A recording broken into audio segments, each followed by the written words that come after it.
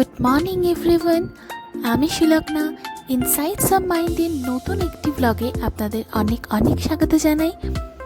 আজকের দিনটি ছিল শনিবার, মার্চ মাসের 1 তারিখ। এখন দুপুরে 1টা মতো বাজে, বেরিয়ে পড়েছি। আজকের গন্তব্য হলো পার্ক স্ট্রিট।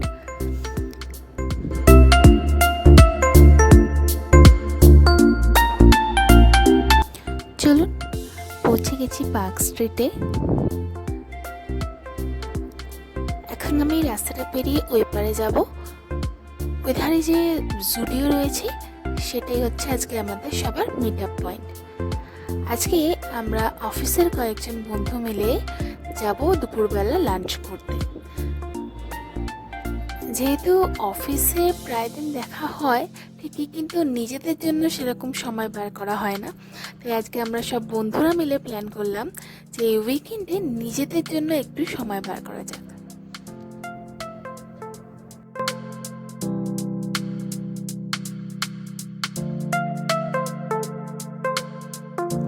চলুন, পৌঁছে গেছি আজকের আমাদের গন্তব্যে।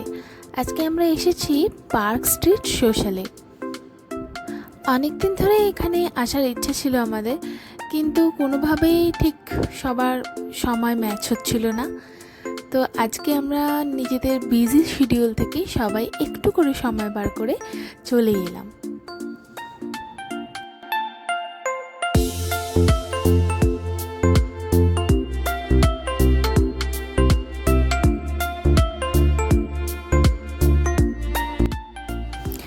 আমরা আগে থেকেই টেবিল বুক করে রেখেছিলাম।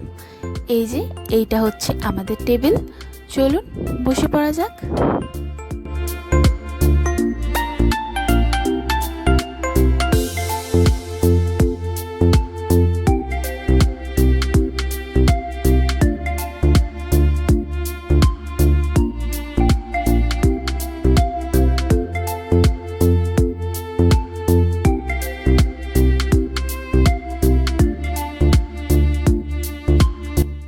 চারদিকটা ঘুরে দেখতে দেখতেই এদিকে আমাদের লাঞ্চ চলে এসেছে।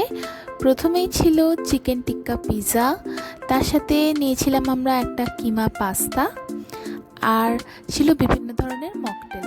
এখানে আমি নিয়েছিলাম একটা অরেঞ্জ আর স্ট্রবেরি পাল্প মেশানো মকটেল।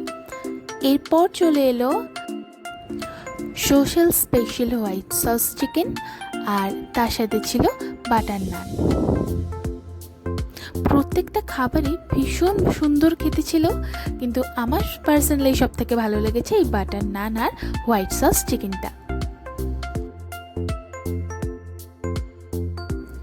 এরপর লাঞ্চ শেষ করে আমরা চলে এসেছিলাম রেস্টুরেন্টের রুফটপেও বসার জায়গা ছিল, কিন্তু এখানে এসির ব্যবস্থা ছিল না। কিন্তু যেহেতু বাইরে এখন ভালোই গরম পড়ে গিয়েছে, তো আমরা ভাবলাম যে লাঞ্চটা আমরা নিজেই করে আসি, তারপর ওপরটা একটু ঘুরতে আসবো। চলুন এখানে একটু ছবি তুলে নেওয়া যাক।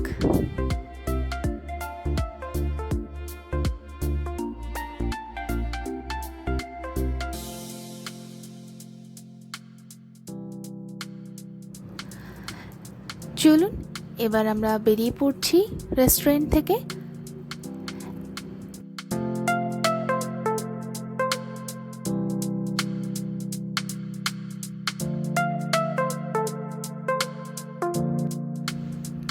এরপর আমরা একটু আশেপাশে ঘুরব।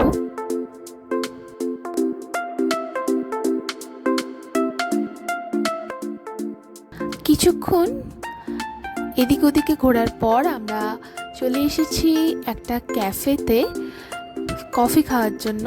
কিন্তু এখানে এসে দেখলাম কফির সাথে সাথে খুব সুন্দর সুন্দর কতগুলি কেক এবং পেস্ট্রিও রয়েছে। তাই আমরা ভাবলাম এখান থেকে কেক এবং পেস্ট্রিও কিছু নিয়ে নেওয়া যাক।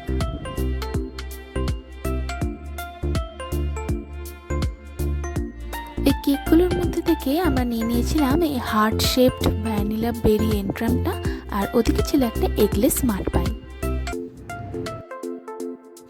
এরপর এসে গিয়েছিল আমাদের ক্লাসিক কোল্ড কফি। কফি খেয়ে আমরা বেরিয়ে পড়েছি। এখন আমরা চলেছি সামনেই একটা খুব ভালো বুক স্টোর রয়েছে সেখানে।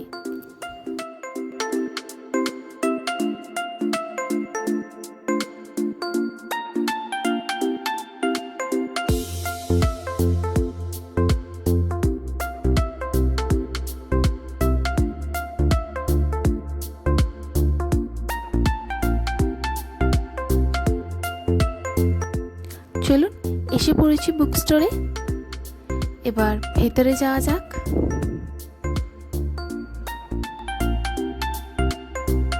বুক স্টোরের ভেতরে যেহেতু ভিডিও করা যাবে না, তাই আপনাদের বুক স্টোরটা ঘুরিয়ে দেখাতে পারলাম না। বেরিয়ে পড়েছি বুক স্টোর থেকে। এখানে সামনেই খুব ভালো একটা আইসক্রিমের দোকান রয়েছে, আমরা এখন সেখানেই চলেছি। ওই আইসক্রিমের দোকানটায় নাকি সমস্ত ন্যাচারাল উপকরণ দিয়ে আইসক্রিম বানানো হয়, মানে আইসক্রিমের ভেতরে নাকি ন্যাচারাল সমস্ত ফ্রুটস দেওয়া থাকে। চলুন এবার দেখা যাক সেটা কতটা সত্যি। পৌঁছে গেছি দোকানে, চলুন ভেতরে যাওয়া যাক।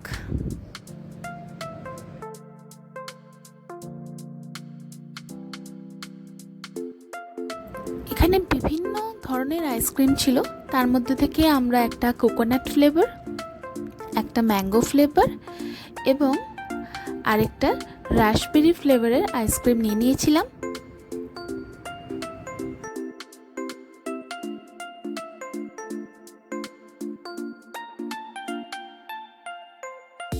নিচে যেহেতু ভালোই ভিড় ছিল, তাই আমরা ভাবলাম যে ওপরে গিয়ে বসা যাক।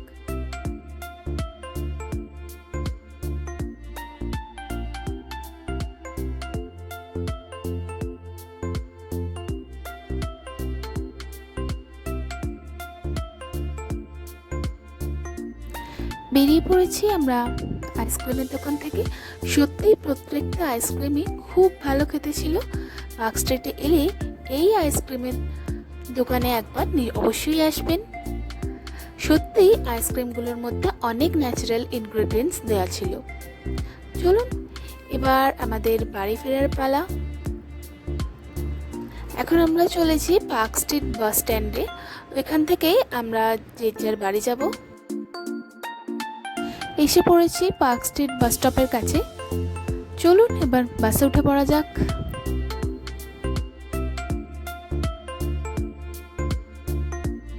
নেমে পড়েছি বাস থেকে, আর মাত্র ওই মিনিট 5 হাঁটা পথ, তারপরেই পৌঁছে যাব বাড়ি।